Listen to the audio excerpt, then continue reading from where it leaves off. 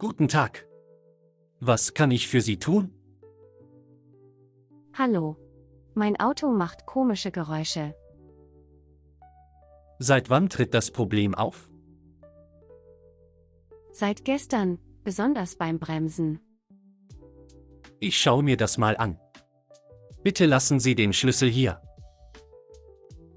Okay, wie lange dauert die Reparatur?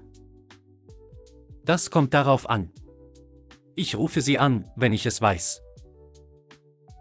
Super, danke. Kein Problem.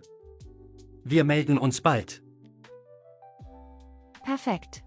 Bis später.